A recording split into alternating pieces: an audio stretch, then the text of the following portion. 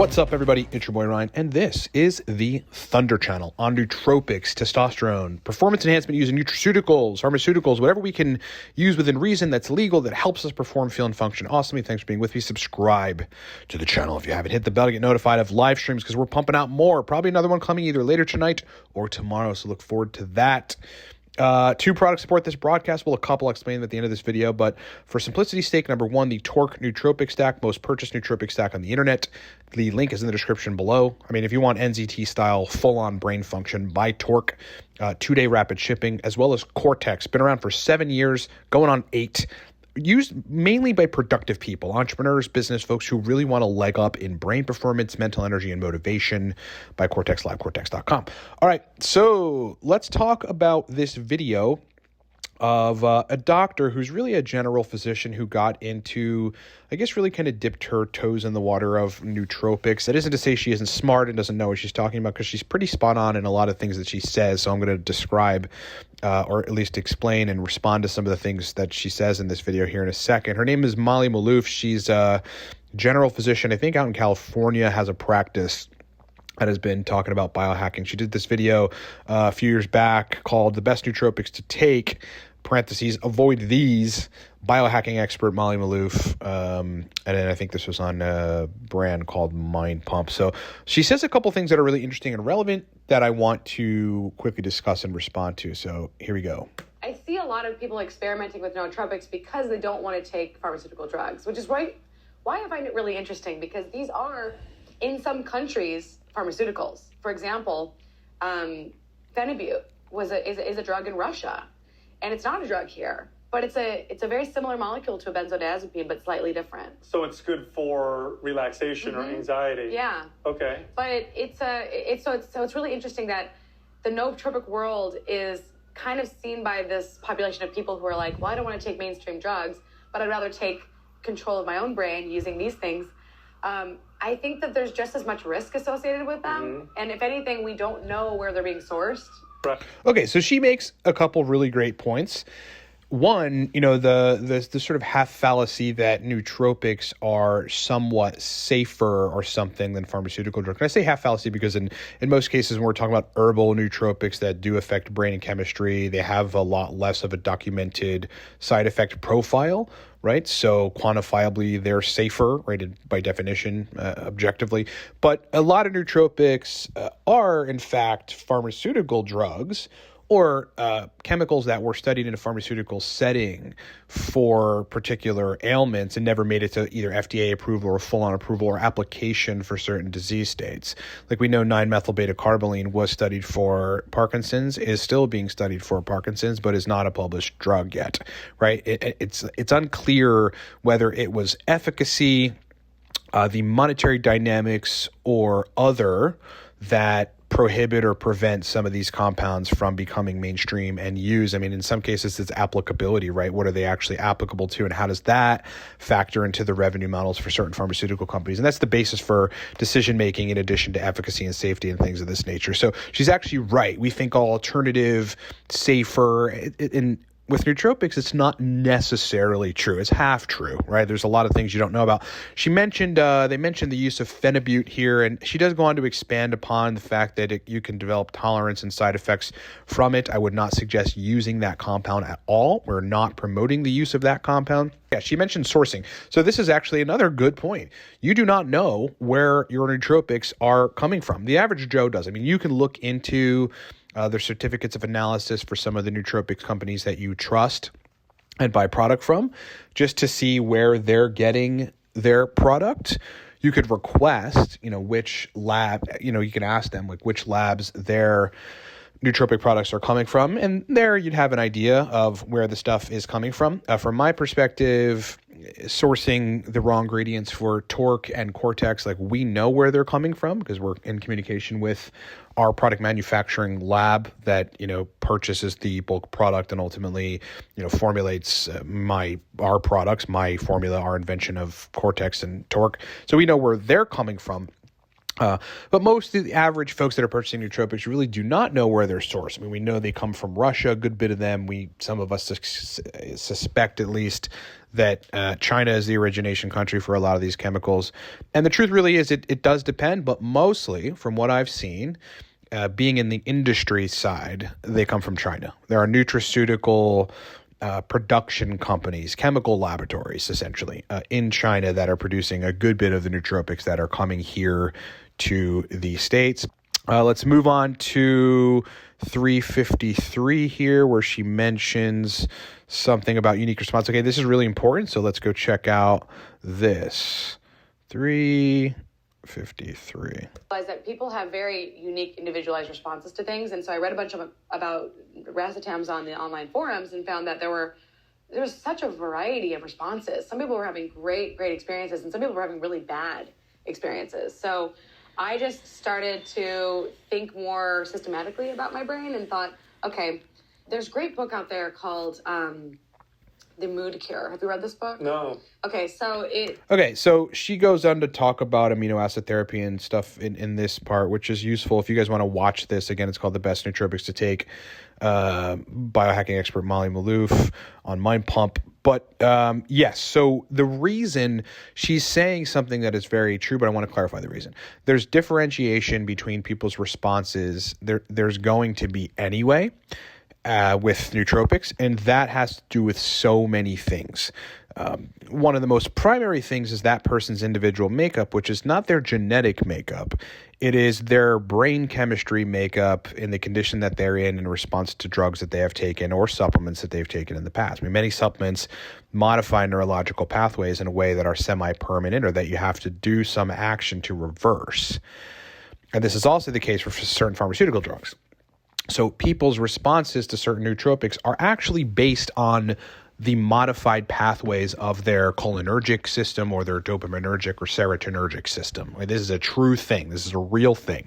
So that's one reason for folks to keep in mind. The other reason, though, is, and I think the reason I'm trying to clarify this is because people think, oh, there's differentiated responses, so we really don't know. These things aren't effective in a stable capacity.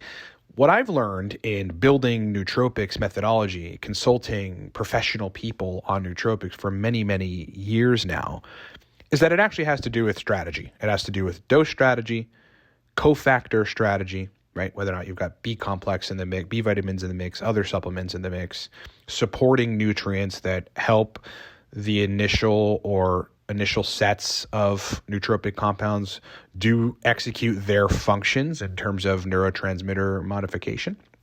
And again, dosing, right? I mean, you've got people that will end up with brain fog, overstimulation, anxiety, or tiredness as a result of taking too much paracetam and alpha GPC.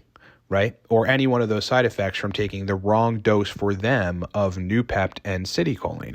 I mean, these things do have to be, there's general recommendations and suggestions that I make here, and there are generally applicable doses that people seem to respond better to. And if I were to give you one generalization, it would be less is more with nootropics. But like when I'm working with individuals on this, business professionals that really need the extra edge in brain performance, we are tailoring stacks to their individual brain chemistry based on their responses, right? So your first crack at a nootropic itself or a stack isn't necessarily going to be successful unless you have consumed the Nootropics God course on our website and you fully understand how to formulate nootropic stacks that are likely to be very effective the first time around. And if not, also on Nootropics God course, you have the methodology and the strategy to adjust the chemicals in dose increments so that they are effective for you, right? So that's one of the major reasons that there's differentiation between nootropics for different people. All right, so let's move on to 602, where we talk about Racetam headaches. So this is actually a really important element to talk about, which kind of ties into what we just talked about. Here we go. My co-hosts, if they take Racetam, Racetam, I mean, you name it, they've tried them, headaches. They get terrible headaches every time they take them. Yeah. And I just don't. It's a pretty good sign. Yeah, it's a good sign that's probably not taken. What about some other natural ones? There's So, they kind of just glossed over that, but what I think this doc was alluding to is that, and this guy kind of basically just agreed, like, this is a good sign not to be taking these nootropics. So that's not entirely true either, and that's kind of misleading. The truth is about Racetam headaches is that there is a mismatch in the acceleration of the usage of the neurotransmitter acetylcholine and the quantity of synaptic free choline available. Okay, let me say that again. Racetam headaches are merely a mismatch between the accelerated usage of brain acetylcholine and the free available quantity of choline and acetylcholine in the brain. That's why, most people suggest taking a choline source like GPC or citicholine with racetams, so that you can prevent this, so that you have enough of the raw precursor to convert to usable choline, while this other mechanism originating from the racetam is accelerating the release and usage and activation of cholinergic pathways.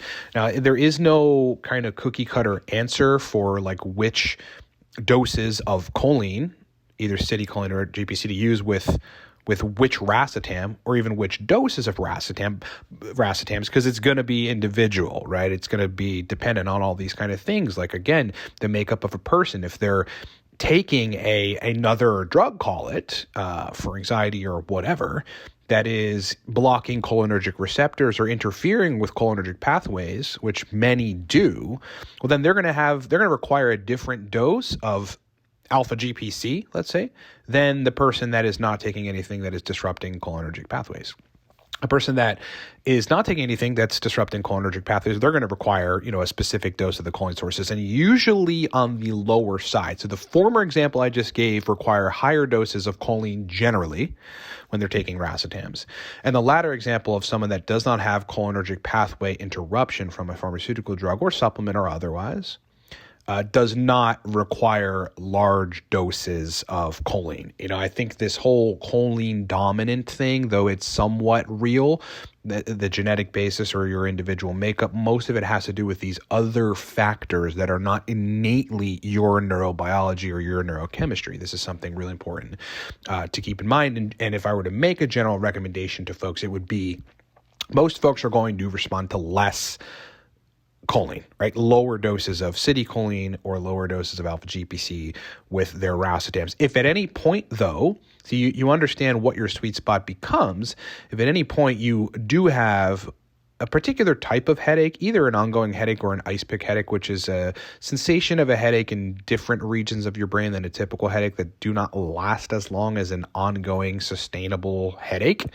that's the point at which you must increase the choline uptake. You could rescue that state by dosing a little bit more choline. I'd be dosing GPC or CDP choline in 30 milligram increments in that particular case to alleviate that issue. You don't want to go too high and take 100 milligrams suddenly, because you don't know if you need that. You want to take just enough so that you've alleviated the issue, and then you're back to performing well, which is probably what's going to happen. Like, I've had many people in that case where we're working with them very closely. They'll hit me up and say, hey, I've got a racetam headache. And I'm like, all right, like take 25 milligrams of CDP choline.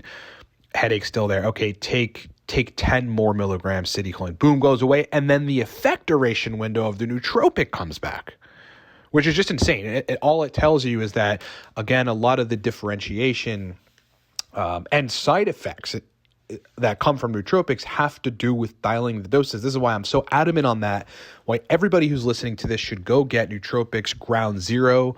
I mean, that's the most advanced level course. You should also, Nootropics God course. That's the most advanced level course. But you should also get Nootropics Ground Zero and Nootropics Masterclass, because they will give you root level understandings that none of these kind of videos, that we're watching here or anybody else on the web, I know because I invented the methodology, will care to elaborate on. And these are kind of the things that, at least on the strategy side, you should know when using nootropics. So I think there's one more topic that I wanted to discuss here.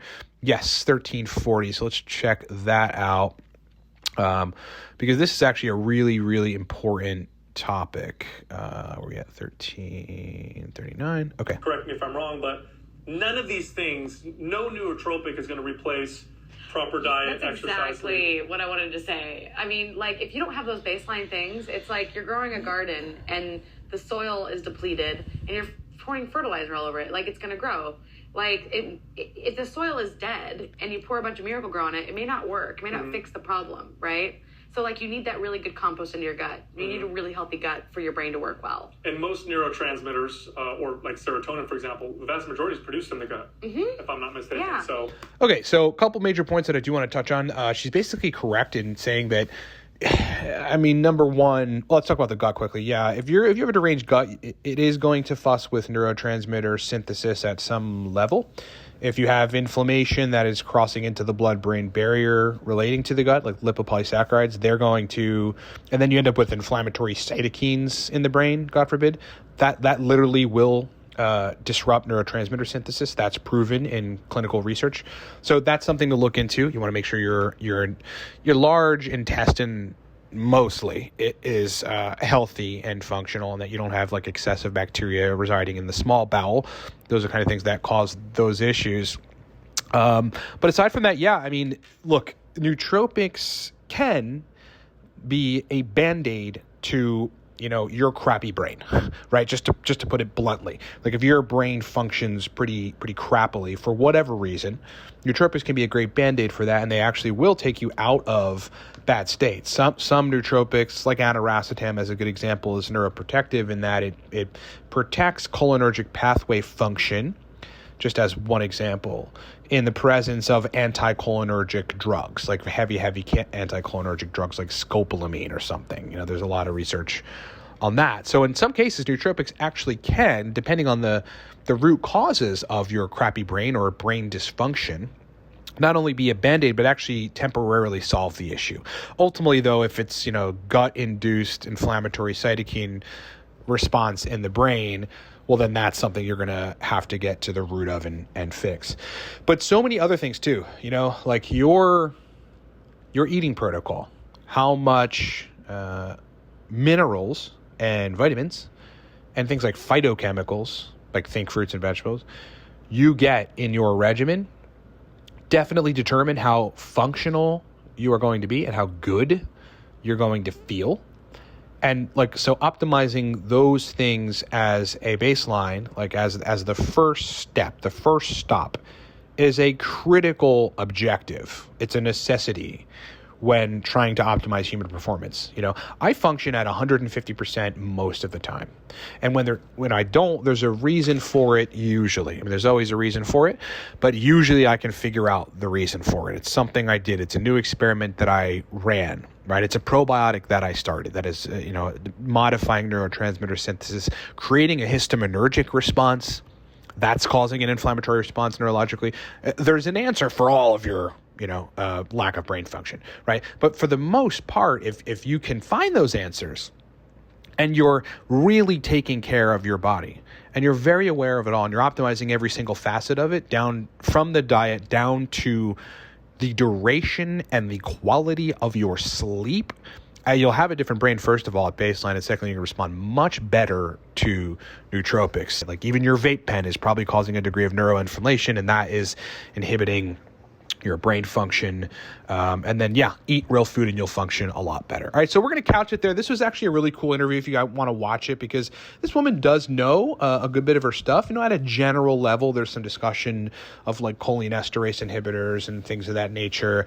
So if you're interested in watching it, again, it's called The Best Nootropics to Take, and then it's got a parentheses, avoid these. You'll probably find it right there. Go watch it. Otherwise, thank you so much for listening. I hope I cleared up a couple things. I wanted to make the point about, we don't know where some of our nootropics are coming from. They're not exclusively alternative, meaning healthy and safe and et cetera. Some of them are pharmaceutical compounds or were studied in that setting and just not approved. And in most cases, we actually don't know the quality control and the location of sourcing for some of the compounds that we're taking. So these are all really, really good points. And again, differentiation between effects and especially racetams has to do with intelligent or lack thereof dosing. So that's really something to to understand, which is why, again, I always stress, I wrote the book on this. I mean, I created the video courses, Nootropics Ground Zero. That's like the starter course, but you should watch it anyway. Nootropics Masterclass is mid-level. And then Nootropics God courses, all of that synthesized into one long course that teaches you how to use nootropics the right way. I mean, you'll save many, many years of usage, experiments, experiences, and money if you just get Nootropics God course. To simplify, just get that course. All right. Thanks so much for watching, everybody. Remember, we just ended the free shipping on Torque and Cortex. So shipping is back to its regular price. But what we kept is the 2-day rapid shipping. So on both of our nootropic stacks, Torque and Cortex, there's 2-day rapid shipping. Nobody wants to wait for shipping. Nobody wants to wait for nootropics. We'll literally ship you your nootropic stacks ASAP, and you'll have them in mere days. That is what you want when you're buying nootropics. You also want trusted sources from trusted companies. We've been around for 8 years. I'm the only one talking about neurobiology and neuroscience as it relates to nootropics at this level of depth, because it is my hobby. It is my passion. It is not just a business. It was a hobby and passion first. Anyway, buy Torque, livecortex.com. Strong, potent energy. Strong, potent focus, strong, potent motivation. Torque, livecortex.com. Link is in the description below. And the Cortex stack.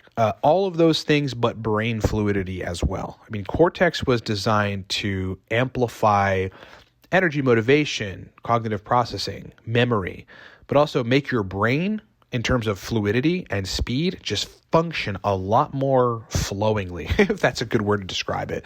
Buy Cortex, livecortex.com, Torque as well. If you need my help on formulating your regimens, this is what I do. It's essentially nootropics and otherwise regimen design. Book a consult with me at livecortex.com. We have 3-month programs and we have 6-month programs. If you have the budget, go with 6. There's a lot more that we can do in terms of developing nootropic stacks that are highly, highly targeted, developing regimens and formulations of nootropics, nutraceuticals, and otherwise to target any state that you need to target. I mean, I've got people that I'm working with that are dating experts in Italy, that need stacks for going out and doing pickup. Everything you can think of, programmers, right? Financial work.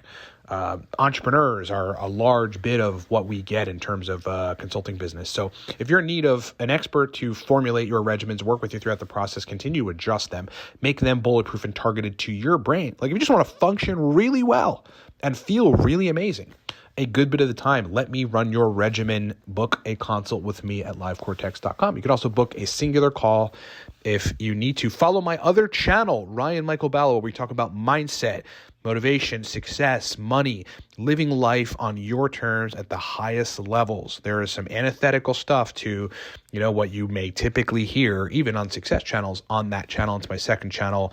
A bunch of new content up. Please go subscribe to it if you can. That link is in the description below, as well as on the Cortex Labs general page here on YouTube. You can get to my other channel. Live streams coming this week, so look out for them. Look forward to them because they are going to be awesome. We're going to be doing a lot more per people's request. So make sure you're subscribed to this channel and have the bell hit to get all notifications of when we do those live streams. It's been a pleasure hanging out with you. Thanks for being with me, and I'll talk to you soon.